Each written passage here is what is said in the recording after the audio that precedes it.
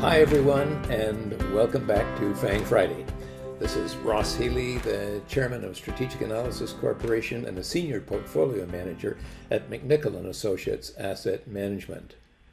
First and up front, I have to rescind the breakout signal for the S&P 500, at least for the time being. That breakout signal came just as a stream of new balance sheets began to flood in, and we almost immediately discovered that a number of the Standard & Poor's 500 balance sheets have actually been growing at a faster rate than the analysts had been forecasting. And therefore, our projections, which rely on those forecasts, had turned out to be too conservative. In other words, the supergrowth price for the S&P 500 is higher than the numbers at the time we were forecasting. Unfortunately, this is a hazard of being a balance sheet analyst. Occasionally, we're at the mercy of reporting periods when unexpected changes can occur. I suppose we should not have been too surprised, however, as companies that report early often report better than expected news. It's the late bloomers that tend to disappoint. So, what now? Well, I'll tell you what now.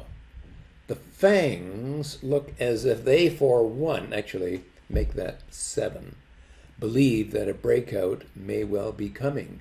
Their whole trading pattern is changing in front of our eyes, and it would appear as if they were getting ready to lead the market again, or at least confirm the market's breakout by staging their own rally breakouts. It seems as if they're not yet ready to give up their place of honor. Okay, before we look at the FANGs, thanks to everyone who likes this video and our subscriber. And by the way, just one thing. I want to note that we are almost at 800 subscribers on our YouTube channel. If you haven't already subscribed, please do so, as it would be great to get past another milestone. I appreciate your help with the YouTube algorithm, as this allows us to bring you more and better content. So thank you for that. For now, let's cut to the chase and take a look at what's transpired the last week and how things are shaping up.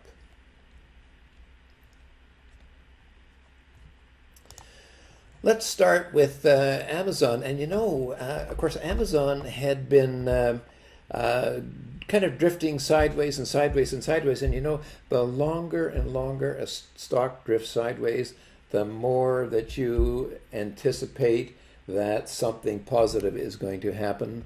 And if the earnings are going up with it, breaking out, it looks very much as if Amazon is finally getting into gear and justifying its place in our hypothetical FANG portfolio.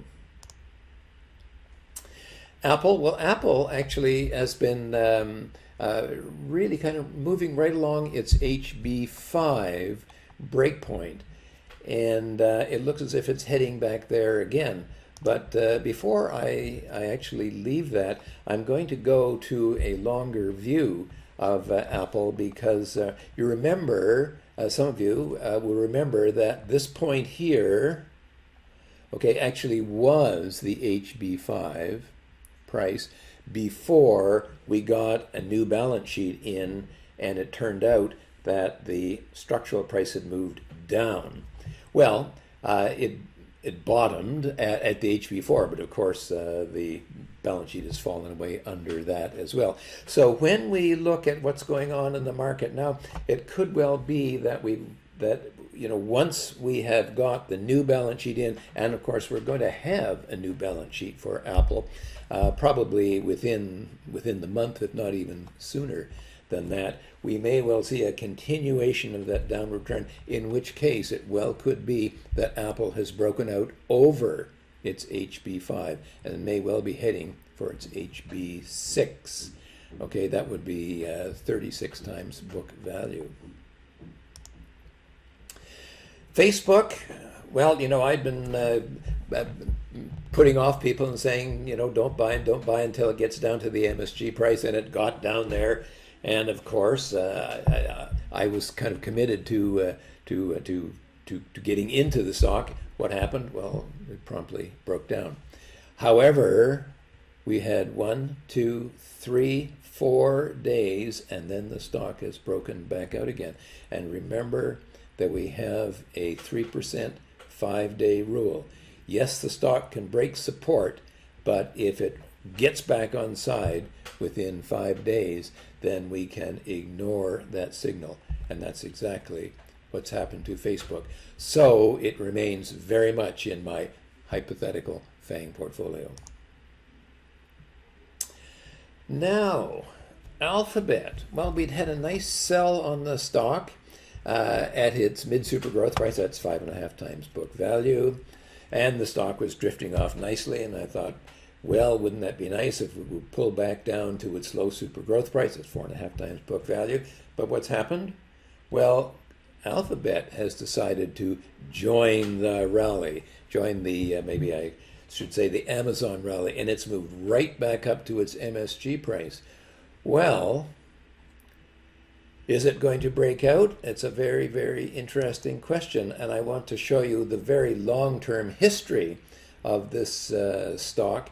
And what you see here is within the last 10 years, the stock is at an absolute peak at its MSG price. However, if we go way, way, way back, okay, back to 2008, so the stock actually has been higher. So could Alphabet break out? Well, let's go and wait and see. It's right there. We're not going to have long to wait. Netflix, well, they had some phenomenal numbers, eh? Quite surprising, actually, given the competition from well, as you know, as pedestrian as AT&T, but certainly from Disney. Well, they came in with big numbers, and the stock had a big jump up and over its HB4 price.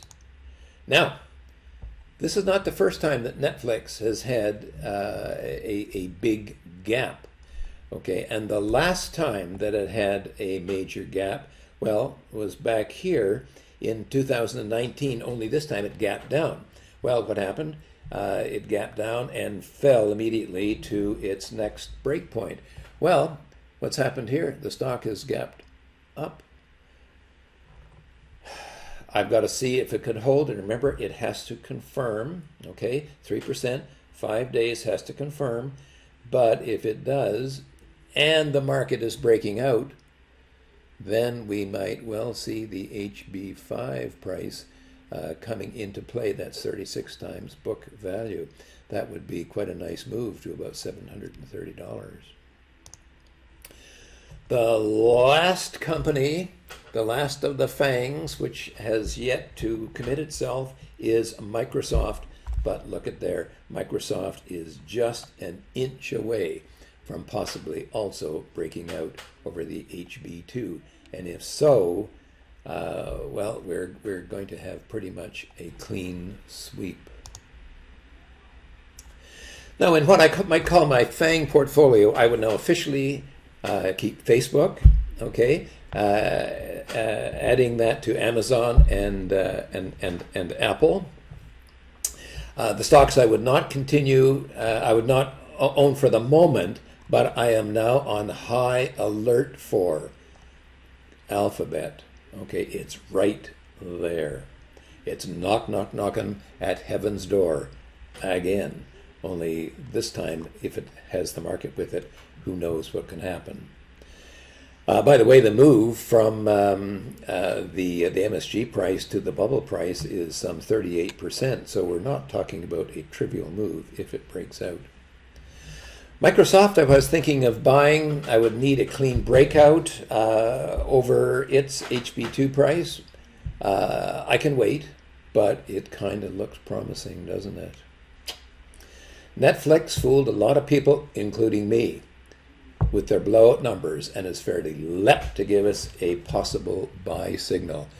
I'd like a confirmation, but it's promising, particularly when you put it together with Alphabet, Facebook, and even Microsoft. In summary, there are two key takeaways this week.